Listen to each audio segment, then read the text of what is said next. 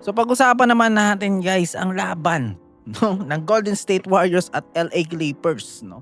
So nakapagtataka talaga na ang LA Clippers ay dinurog sa sarili nilang home court kahit maugong na ilang taon nang maugong si Kawhi Leonard na isang playoff contender.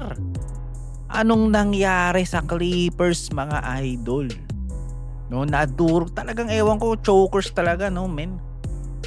Shit, ang sakit nito no para kay Kawhi Leonard no. Ewan ko kasi tingnan mo naman no, 2020 na-eliminate sila second round oh, di ano.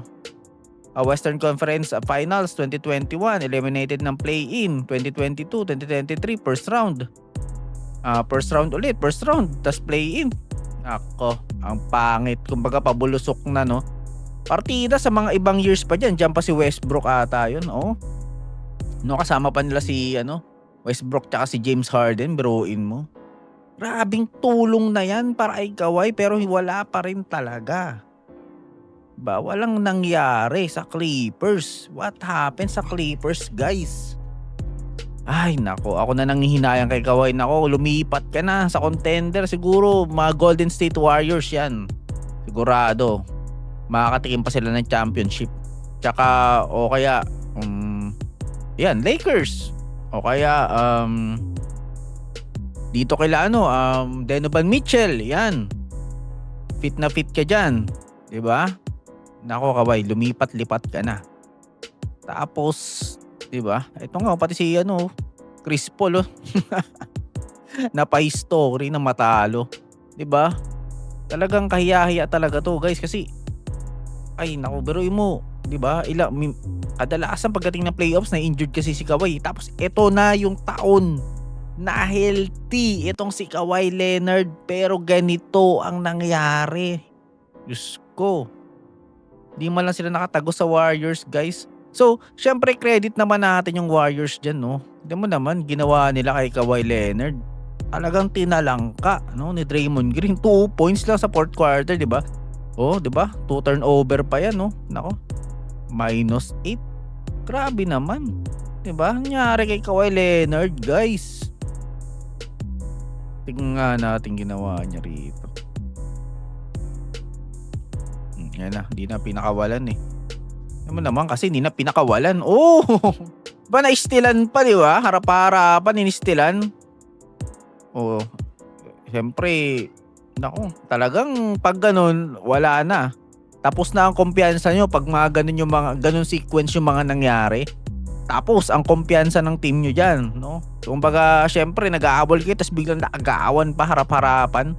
Nag-TO pa sa mga ganyang crucial game. Naku, Diyos ko, wala talaga. Ay, nako, Kawhi Leonard. Maganda pa naman yung standing niya eh. 'Di ba kanina? Maganda naging standing ni Kawhi Leonard kanina.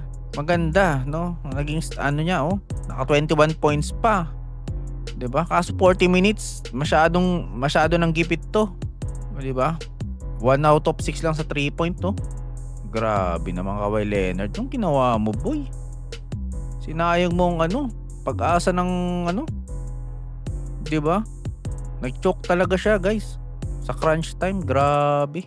Ano mo naman ginawa sa kanya kasi dito ni Draymond Green, yo. Ano mo naman, harap-harapan, no? Tapos, ayan na. Tingnan mo yung wala talaga silang sequence na maayos, guys. Wala silang sequence na maayos. Tignan mo rito. Ayan, nangangapa pa. Ball handler nila. Ayan, paasa naman kay Kawhi. Ayan, ayan na.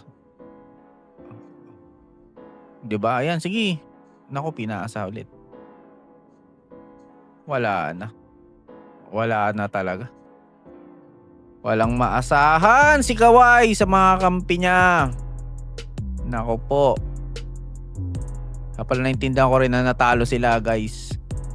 No, pero 'di ba? Syempre, thank you rin kay Stephen Curry, 'di ba? Tignan mo naman kasi diyan din sila malalason talaga. Kay Stephen Curry, 50 seconds, tignan mo naman, Yan ang tinatawag pag mga ganyang crucial. Nako, huwag mo nang pahawakan si Stephen Curry ng bola. Ang kagandahan kasi diyan sa sequence nila ng ganyan, lahat ng play dumadaloy yan kay Stephen Curry. So, lahat ng magagawa ni Draymond Green para makatira lang itong si Curry, gagawin yan, no? Backs out, lahat ng play umiikot yan. Pasa, pero bandang huli babagsak din niya kay Curry. So, napakaganda ng ano nila doon, no? Kasi tulungan sila sa team. Ito naman kay Kawhi, may ano siya, may tulong siya. Ang problema, yung mga kampi niya, wala nawala na eh. Pati center nila, parang ano, diba yun, si Brick Lopez. Naging brick na eh, wala na. Naabot na. Nako, na-eliminate tuloy sila guys. Wala oh. Tingnan mo naman. Bang! Papayakin ka talaga ni Kerry. Pag ganyan yung ano mo, pag crucial. Lalo na pag ano kayo, all. Nako. Wag mong papahawakin ng bola. Yan si Stephen Curry. Okay lang kung malamangan mo sila. Lalo na playoffs yan eh. Puwet na. Sanay na sa ganyan yan si Stephen Curry. Pero syempre, ang makakalaban nila sila Devin Booker. Yan naman ang pag-usapan natin guys. Move na tayo sa Clippers kasi wala na eh. Laglag na eh. Ito nga sila Devin Booker. Sa tingin ko, papalag. Mga bata pa yung kasama ni Devin Booklet eh. Diba? Sino pa pangalan? Jalen Green. Kaso nga lang parang magtatay rin eh. Pati si Dillon Brooke eh. Puro lang kasi ano yun eh. Pero maganda to. Magandang match up to ah. Talagang tingnan natin kung paano mga-aasar to si Dillon Brooks kasi laglagan din yun, di ba? So, yun nga, syempre papakitaan tayo niya ng magandang laban, guys. Pero, yun nga, alam naman natin, Phoenix Suns dati malupit na team yan. Kaso simula, yun nga, sila Ayton, sila, ano nga tayo, Michael Bridges ata yung anong yun. Yung team na yun, di ba?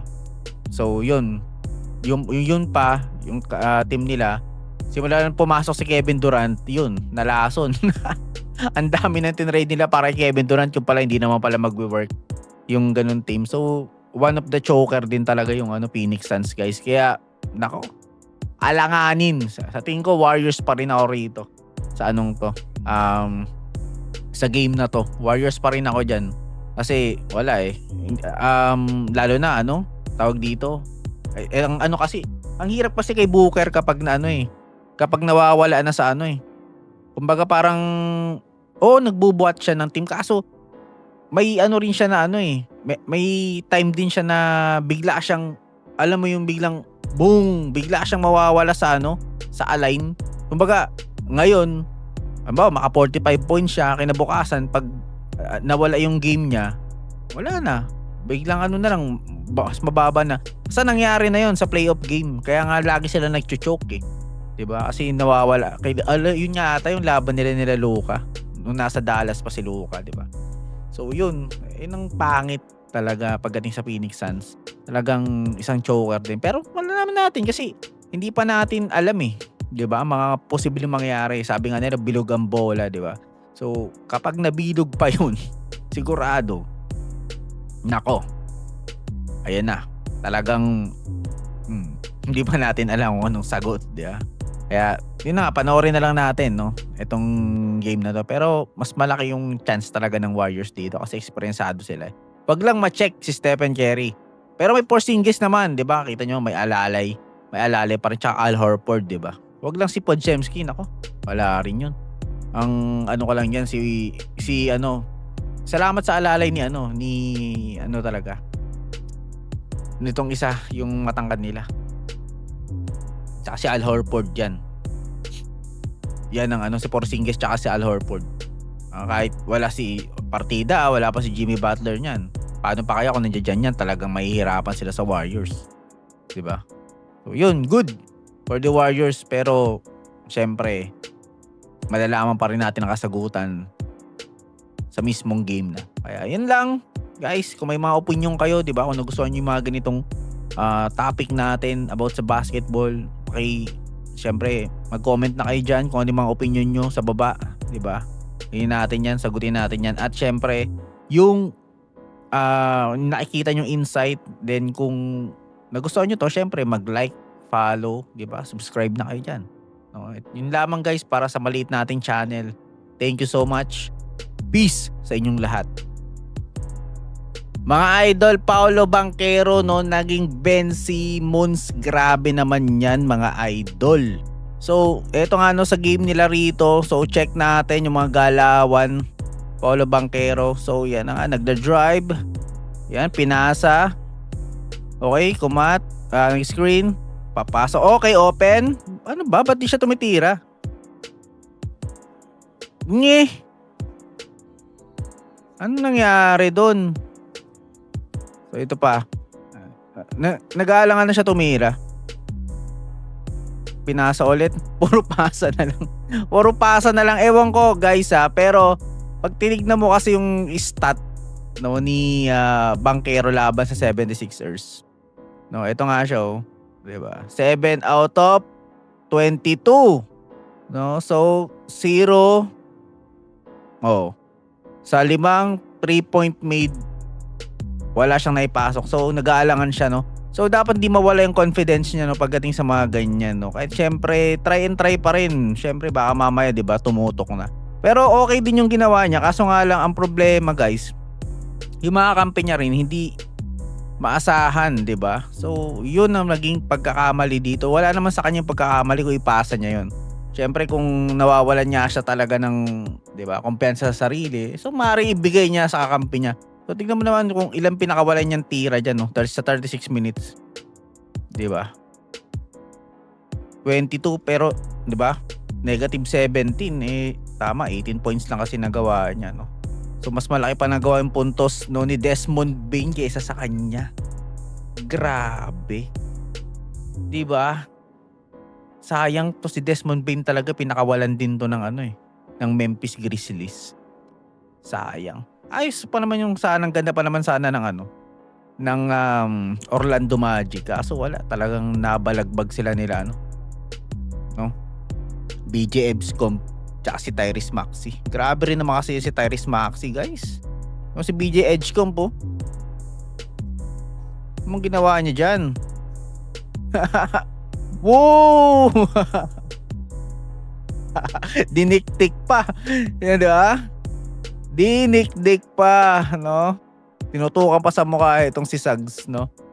So, grabe. Dog talaga tong si BJ Edgecomb. Talagang ready para sa playoffs. Yan sana, no? Ganyan sana ang ginawa ni Banchero. Sana wag mawaling confident niya. So, well, it's good naman yun para sa mga kalaban nilang di ba? Mga shooter, no? Sila LaMelo Ball. Yun lang. Ayun ang kagandahan. Tingnan mo sila LaMelo Ball. Ang dami pinakawalan tira. 2 lang pumasok. 16 ata yun.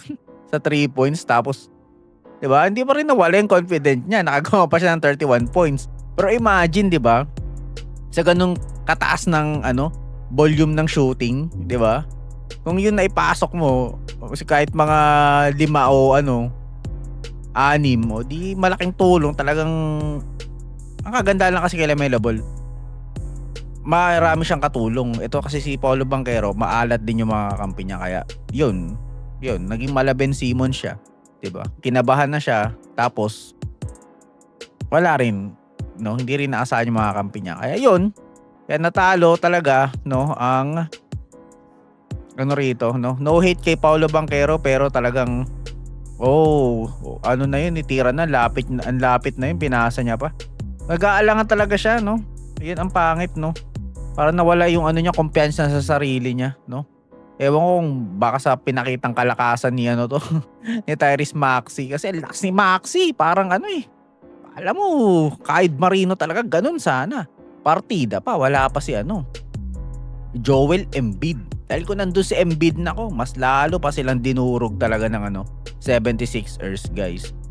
Grabe yan Partida na yan Yan din ang sinasabi ko na dapat maiwasan ng ng Hornets. May silip talaga yung dyan, 76ers dyan. Ngayon pa nga lang, di ba? So, well, good para sa Hornets kasi anong nakatapat nila? Tawag dito, Magic. Pero syempre, hanggat hindi pa natatapos, bilog ang bola, no? Hindi pa natin ma-judge yan, no? Syempre, malay natin biglang bumalik yung pagkamali-galing ni Banchero, 'di ba? Tapos biglang naging nag-transform, naging malahalimaw ulit, 'di ba? Doon sa game 2, nangangapalan pala. O di laglag ang Hornets, 'di ba? So, yun nga, hangga't di pa natatapos yung game, wag na tayo mag-judge. Kaya yan, napapansin lang natin na talagang nanghina dito si Banchero na kailangan dapat ng team. Mas pumutok pa si Desmond Bane. Grabe. 'Di ba? Naku, no, Banchero. Wala na. Pag mga ganyan pang pinakita mo sa mga susunod na taon, Diyos ko. Dapat mag-ano ka. Sa bagay, good for Lamelo Ball, 'di ba? Yan. 'Di ba? So, yun nga lang, na-fine siya. Ano ata 'yan? 60, ano ata, $55,000 fine niya. 'Di ba? Dahil lang sa sinabi niya taka yung tinalisod niya si ano. So sa tingin natin talagang parang ano hindi natin alam kung nananadya sa yun, 'di ba? Pero tingin natin talagang parang hinawakan niya eh. 'Di ba? Siyempre parang siguro nagulat na rin siya na tatakbo yung si Bam, 'di ba? Siguro hindi na rin sinasadya. Kasi hindi naman ganun player si Lamelo Ball. 'Di ba?